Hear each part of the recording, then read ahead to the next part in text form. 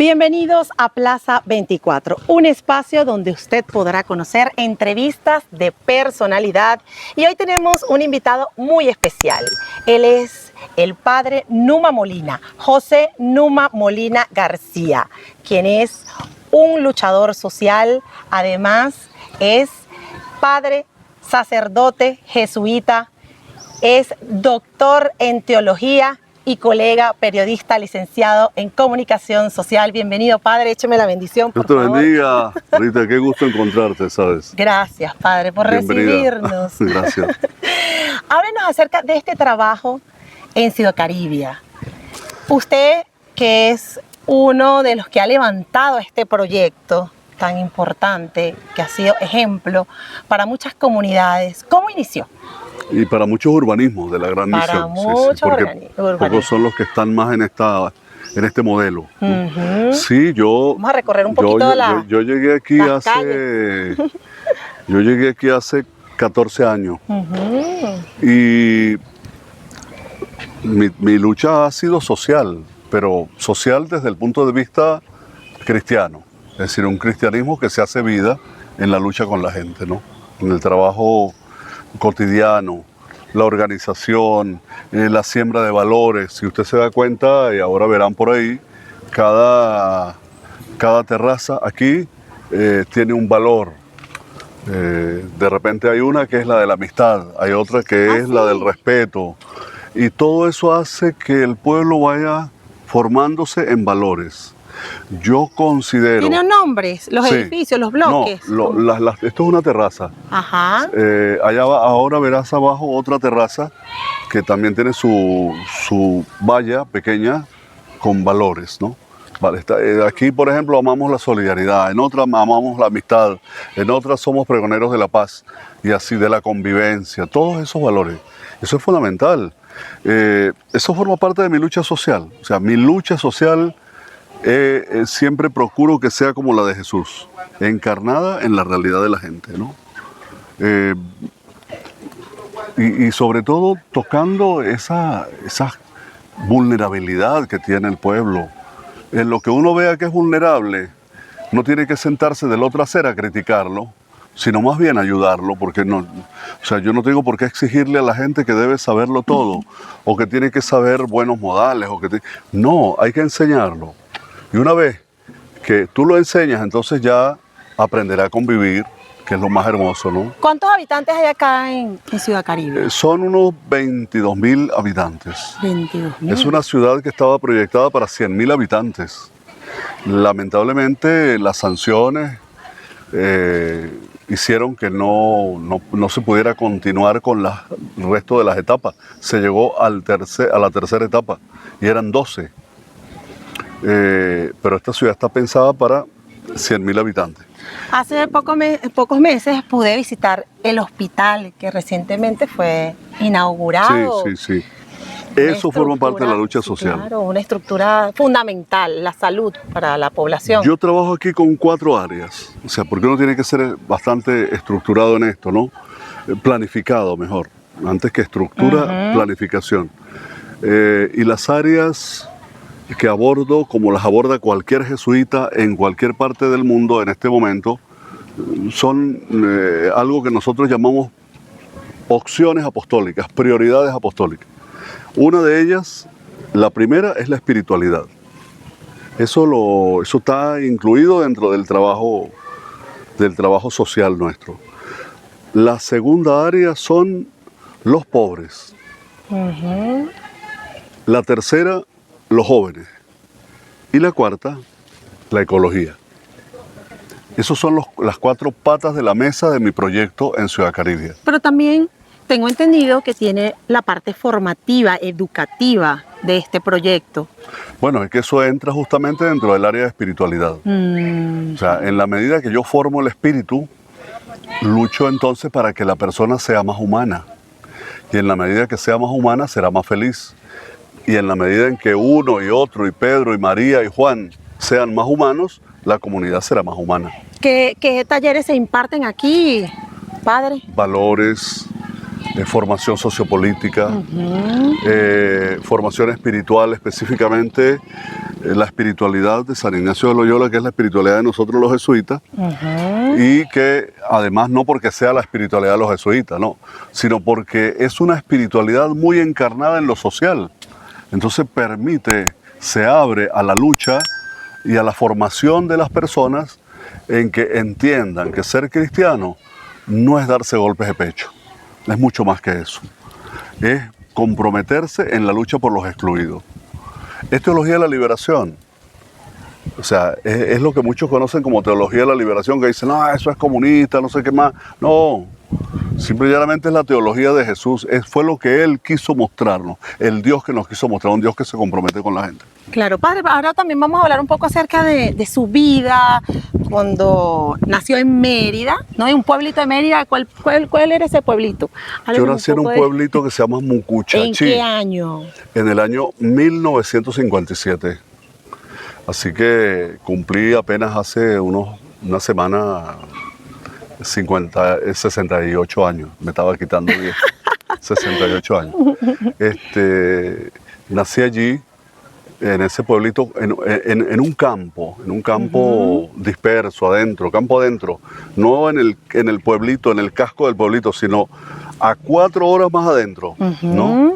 Había que salir de allá de la aldea para el pueblito al lomo de mula o a pie, ¿no? Para venir a hacer el mercado, para venir a la misa. Yo estudié en la escuelita de adentro hasta 3er grado. Allá saqué mi 3er grado en la escuela Estadal 291. ¿Cómo se me va a olvidar ese nombre? Si uno de niño era lo primero que escribía, ¿no? Ahí aprendí a leer y escribir, y de ahí fui al pueblito para seguir los estudios hasta 6º grado. Ajá. Sí. Ya después el bachillerato lo hice fuera de ahí, y bueno, los estudios universitarios que ya los realicé en Mérida, en la propia Mérida. Sí, en Mérida. ¿Cuándo se viene a Caracas? A Caracas yo llegué en el 99, 99, porque primero estuve en la provincia, estuve en Mérida, después en Barquisimeto para hacer el noviciado como jesuita.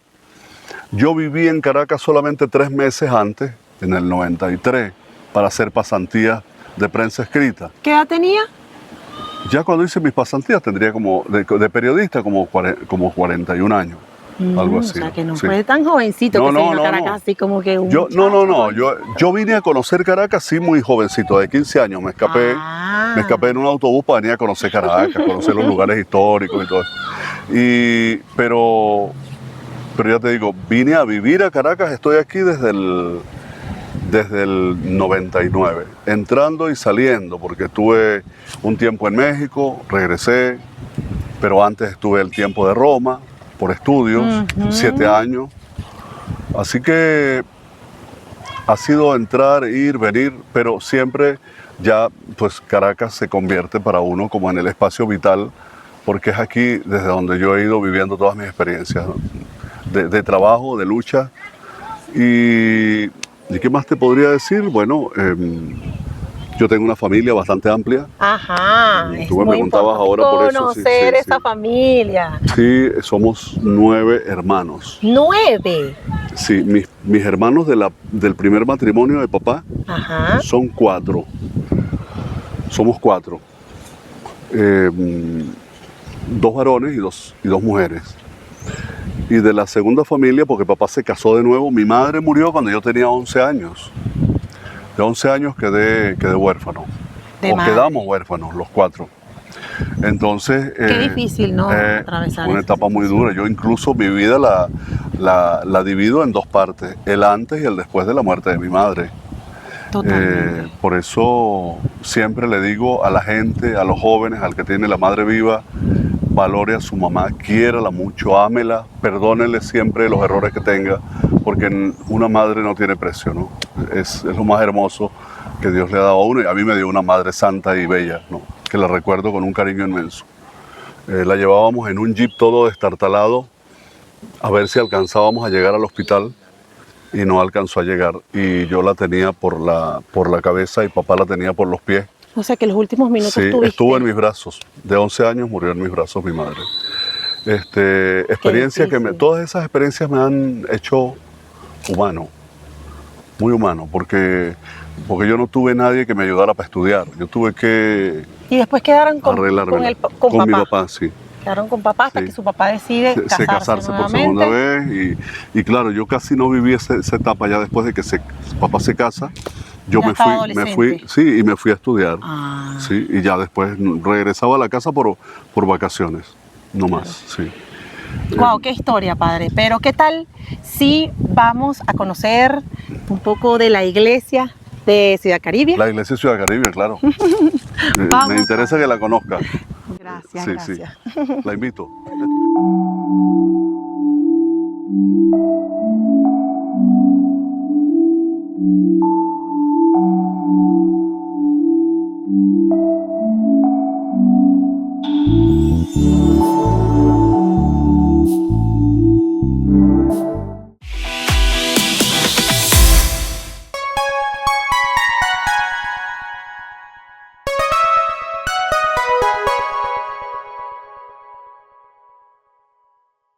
Hoy queremos contarte una gran noticia. Desde ahora y en todo el territorio nacional puedes sintonizar nuestra señal. UN24, tu noticiero, ya está disponible como nuevo canal de noticias en tu televisor, computador y tu teléfono. Entérate de todo lo que necesitas saber en actualidad, espectáculo, política, entrevistas, deporte, en especial hipismo y mucho más. Ven, te invitamos a conectar con UN24 en vivo a toda hora a través de Net1 Go, InterGo, AvaGo, Roku, Fire TV, CanTV satelital, Twitch, Rumble y descargar nuestra aplicación a través de la Play Store. 7, 8, 9, 10, 11. También estamos en nuestras plataformas digitales YouTube y Telegram y en nuestra página web un24.tv. Así que ya lo sabes, mantente informado con UN24 Venezuela en directo.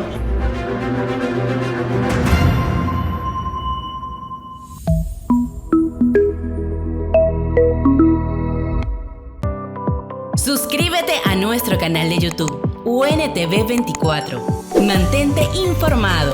Dale like y comparte tus noticias favoritas. UN24, Venezuela en directo.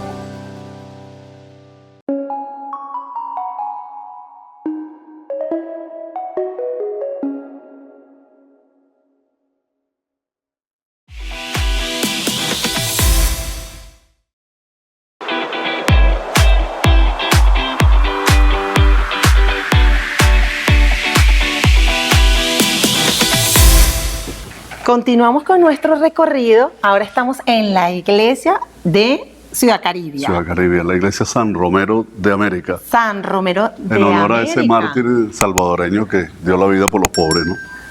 Así se llama la iglesia. Increíble. Sí. Qué bonito. Ahora vamos a hablar de toda esta parte espiritual que lo acompaña a usted detrás de esa sotana. ¿Cómo fue que usted decidió ser padre? Mira, yo vengo de una familia muy católica, andina, ¿no? Campesina. Yo soy campesino, no es que yo soy de origen campesino. Yo me crié en un campo de Mérida, en un campo disperso, lejano, al calor del amor de un hogar campesino que se rezaba el rosario todas las noches. Y mi madre, cuando yo tenía 6 añitos, estaba lavando la ropa y yo estaba por ahí jugando con algún carrito y me dijo, mire hijo, yo si tengo el día de mañana que ganarme así la vida, lavando ropa para que tú vayas al seminario, lo voy a hacer, porque quiero que tú seas sacerdote. Fue por decisión también de ella me lo dijo, pero aquello quedó ahí, pero yo la pierdo cuando tenía 11 años, ¿no? Wow, qué duro. Entonces, para claro, un niño, ¿no? Esa formación católica viene de ahí. Después yo decido... Pero inspirada a través de su mamá. Sí, claro, de mi mamá. Que lo motiva, fue mi catequista, además. Ella me preparó para la primera comunión. ¡Qué bonito! Sí. Y yo luego, pues, decidí hacerme maestro de escuela, ¿no? Era como lo que tenía más rápido, más a mano y además porque yo sentía la vocación de educador. La verdad que lo viví con una pasión enorme. De 18 años en adelante comencé a enseñar en escuelitas rurales, ¿no? Ajá. Casi trabajé en zona rural todos los 9 años que fui docente. En esos 9 años de docente, pues viví toda la experiencia de un docente, de un joven que está, que tiene sueños, que tiene la experiencia de enamorarse, de tener su novia, de pensar en un matrimonio. O sea, que compartiste también con tus compañeras, sí, tuviste tu parte. Tenía mi grupo de amigos y de amigas, y bueno, lo que vive un joven, ¿verdad? O sea, en esos momentos uno lo que sueña es pues tener un hogar, fundar un hogar, tener un matrimonio. ¿Tuviste muchas novias? Sí, sí tuve. Mira. Y luego, pero había una que era la predilecta, ¿no? ¿Todavía la recuerdas? Sí, todavía la recuerdo.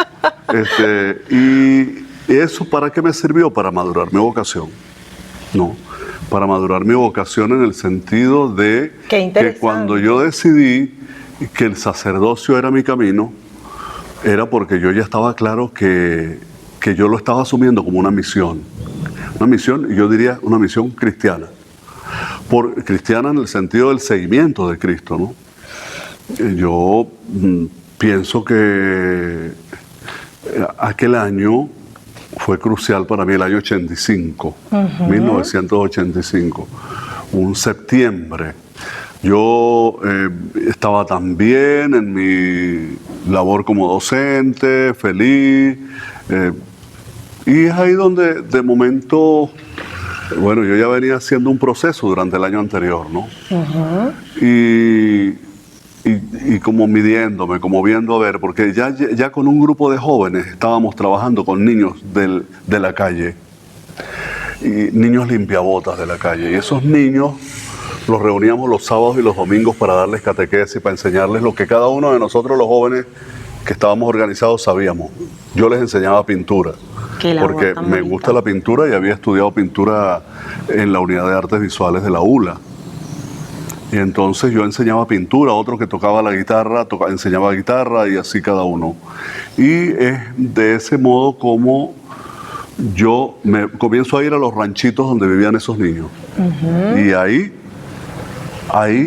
yo digo que los pobres me llevaron al seminario, porque yo dije, no, el aula no me basta. Estos niños necesitan amor, necesitan alguien que le dedique tiempo. Yo creo que yo podría trabajar con, o sea, no puede ser solo el aula, porque ahí me di cuenta que los niños que tenían el aula sufrían, porque cuando vi a esos niños limpiabotas, yo decía, ¿cuántos de los que yo tengo en el aula también estarán pasando por esto mismo, no? Por no tener comida, por estar en un estado muy doloroso, sí, paupérrimo. Y es donde comienzo a pensar en el sacerdocio. Y decidiste realizar esta labor religiosa. Sí, y hacer como ese corte, porque tenía que renunciar a mi cargo de docente. Y también de renunciar a tener una familia. Ah, lógico, sí. Eso comencé que yo a hacer. Creo que es lo más difícil, ¿no? Eso es lo más difícil, no tener hijos. Claro, no tener una pareja, una esposa. Claro. Y saber que los compañeros de uno, del liceo, los contemporáneos, hacen su vida normal. O tú los ves ya con los nietos y todo, ya grandes. Y bueno, tú no, porque tú dedicaste, o sea, yo siempre cuando veo todo eso digo, ajá, pero yo tengo muchos hijos. Dios me ha dado muchos hijos e hijas, ¿verdad? Claro, o sea, me ha permitido, porque si el celibato, que así se dice y así se llama, si yo me quedo célibe, es para que sea fecundo.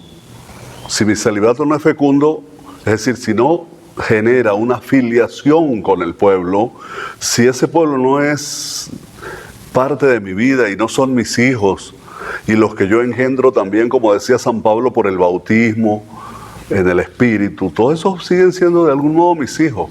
No sé cuántos niños he bautizado en esta vida, ¿no? Sí, en este tiempo de sacerdote, ¿no? Entonces, ahí vas como haciéndose padre, de verdad, ¿no? Papá. Y bueno, después mi experiencia de seminario pues fue muy rica.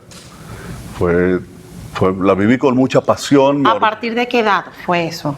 ¿A partir de qué edad? De 26 años. 26 años ingresaste ahí al seminario. ¿Dónde fue eso? Eso fue en Mérida. Sí. ¿Cuántos años estuviste allí? 7 años. Sí. 7 años para ser sacerdote.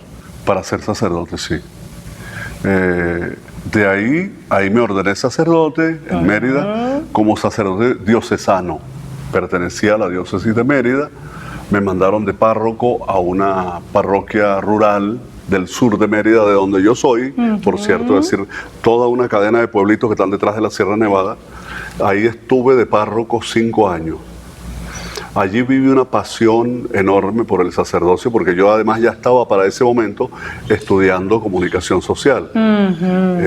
Así que me ordené en el 92 de sacerdote y en el 95 me gradué de periodista, 94 me gradué de periodista.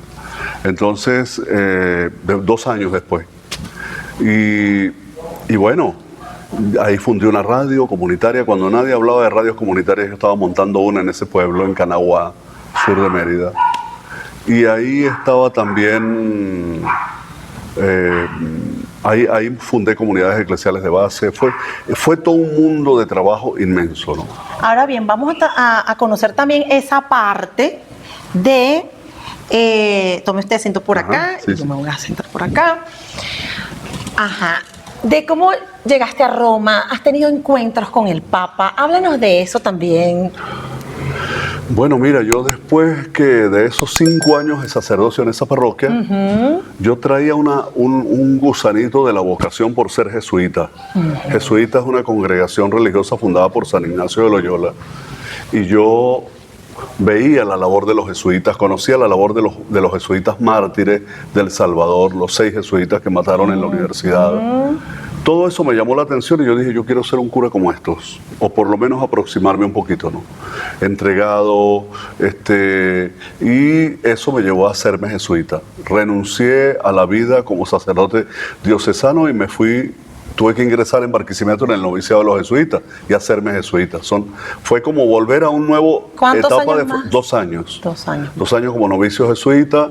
Después de ahí trabajé 2 años en Radio Fe y Alegría, coordinando todo lo que es la pastoral de Fe y Alegría. Y luego ya el provincial, o sea, el superior de los jesuitas en Venezuela, decidió que yo fuera a Roma para estudiar. Entré en un proceso de discernimiento serio.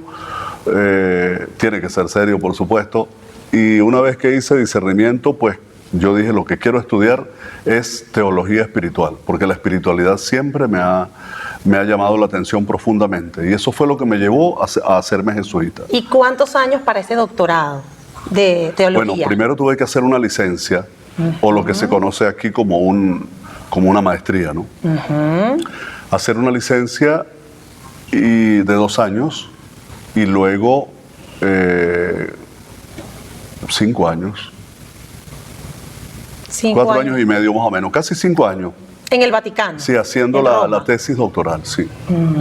Ahí, en la Pontificia Universidad Gregoriana. Ahí hice tanto el máster como el doctorado en teología espiritual. Terminé mis estudios ahí, afortunadamente, pues muy bien. Y después mi tesis fue muy aplaudida, diríamos, ¿no?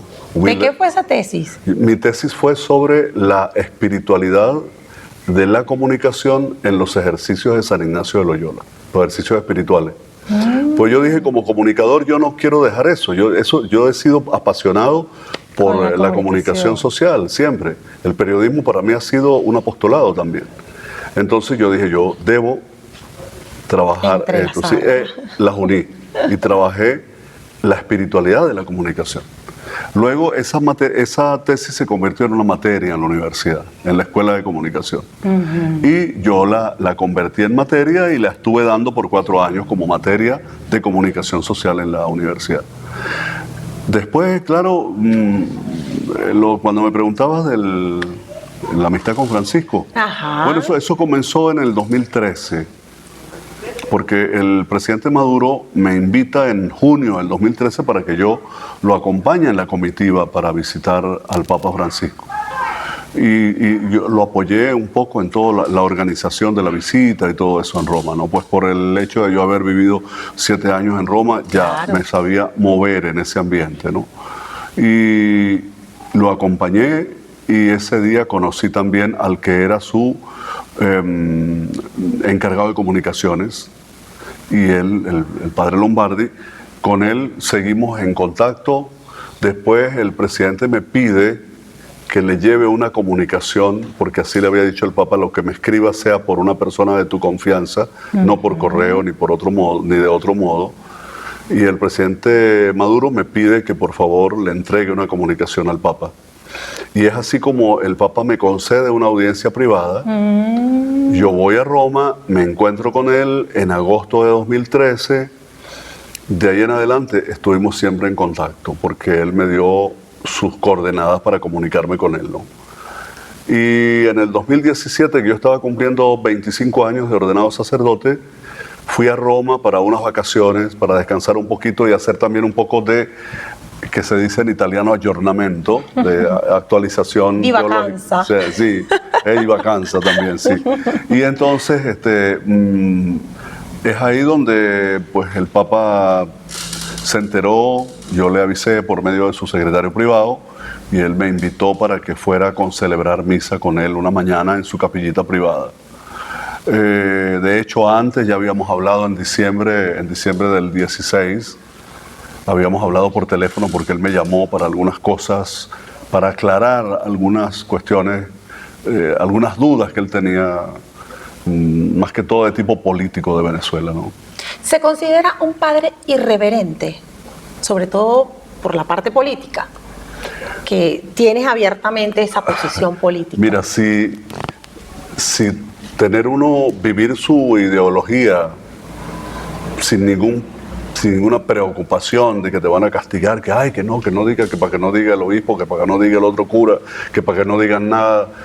Si vivir eso, si luchar por la gente en favor de sus causas justas, sin importarme lo que digan, lo que critiquen estos de un bando o del otro, si todo eso es ser irreverente, yo soy irreverente, me considero irreverente. Sí, yo creo que irreverente fue Jesús también, ¿no? Porque frente a un mundo tan injusto y una religión acartonada que servía era de camisa de fuerza a su pueblo, él rompió con todos esos paradigmas. Y yo creo que si somos seguidores de Cristo, estamos para romper paradigmas. Y cuando uno rompe paradigmas, generalmente le dicen irreverente, ¿no? ¿Cuál fue ese conflicto con la Iglesia Católica?